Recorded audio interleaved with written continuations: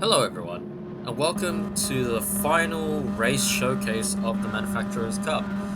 And today we're around Suzuka Circuit, and I'm gonna be honest, this probably was a really disappointing end to the season.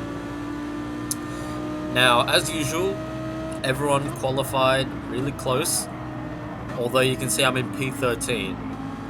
Yeah, quite difficult to beat the Japanese at their home track, I'll give them that. But we were only half a second off pole, and we're in P13.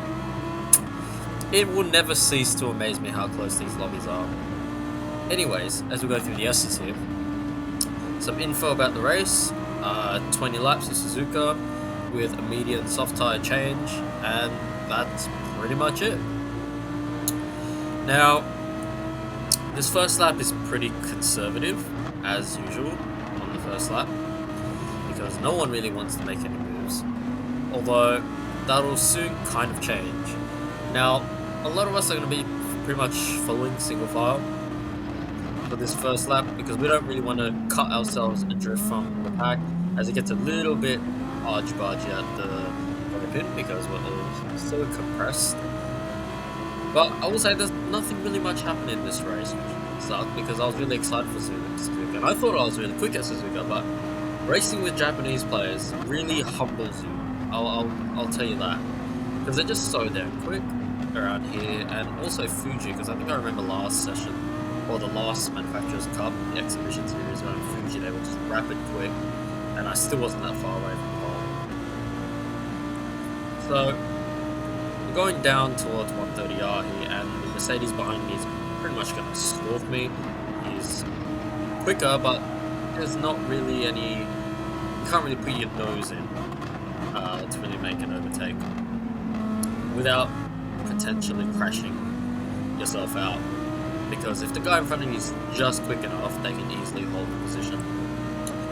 As we go down the main straight here, still nothing much has changed in terms of position, and I realise when I'm doing more this, when I'm racing more throughout this entire race, my weakest corners are easily Degner 2, the hairpin, and sometimes even corner 1 and 2, because I just can't get the car to turn very well. Especially corner 2, because it's really hard to really bite the apex when you're going that fast and on the brakes. It's really complicated basically, and I just can't do it very well. And as we go up towards the Degners now, yeah, just not much really happening. As we skip to the end of lap 2, around 130R, I make a little mistake here as we go in, get on the power a little bit too early, and I run wide, and the Mercedes is now right up next to me, and because I've got dirty tires, I'm just going to let him go or else I will cause a crash. So he makes the move there at the chicane just before the main straight, and now we're in P14.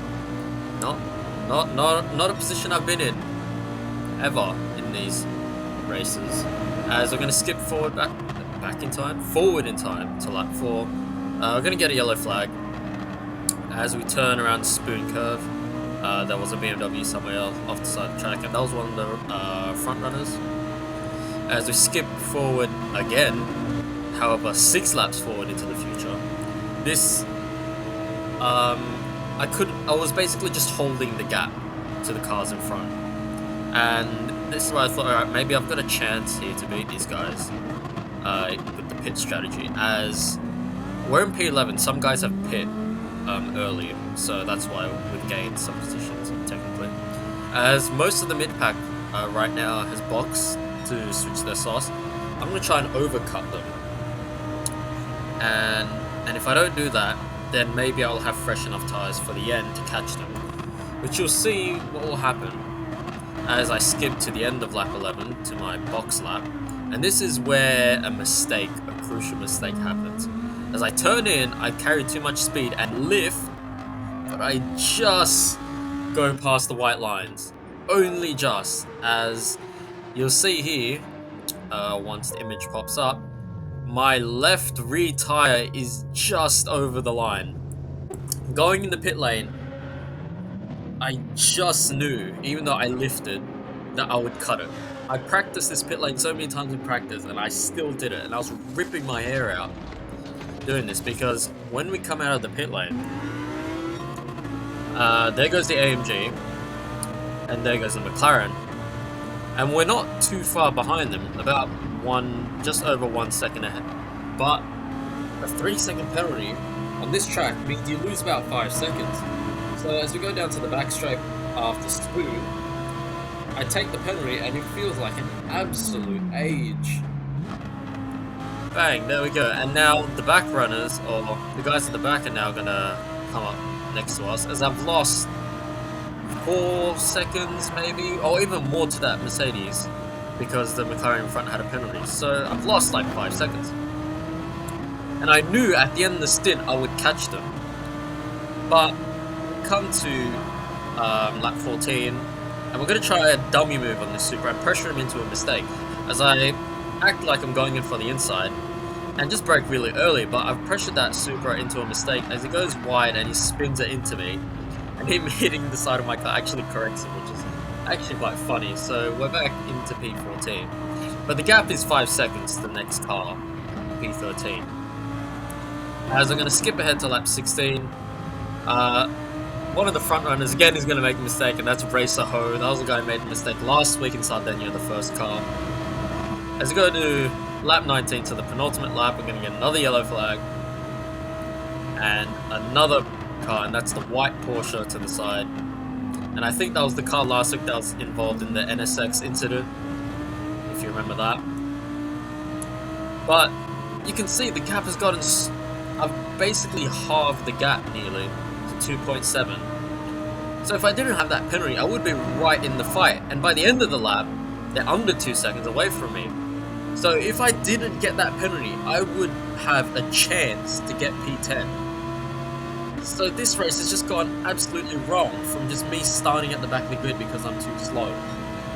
The mistake I made at 130R, and more crucially the mistake in the pit lane, all culminates to a really disappointing end to a pretty hopeful Manufacturers Cup season. So as we go through the final turn, it's official, we are now P12, our worst result, and because I only do one race, I can't really afford to do another. That's our result. As we go to the next day to see where we finish in our standings, get through it, blah blah blah. First in our area, first in New South Wales, and pretty high up in Lamborghini, and quite high in regional ranking. So overall, for my first official Manufacturers Cup in a very long time, I'd say that's pretty good.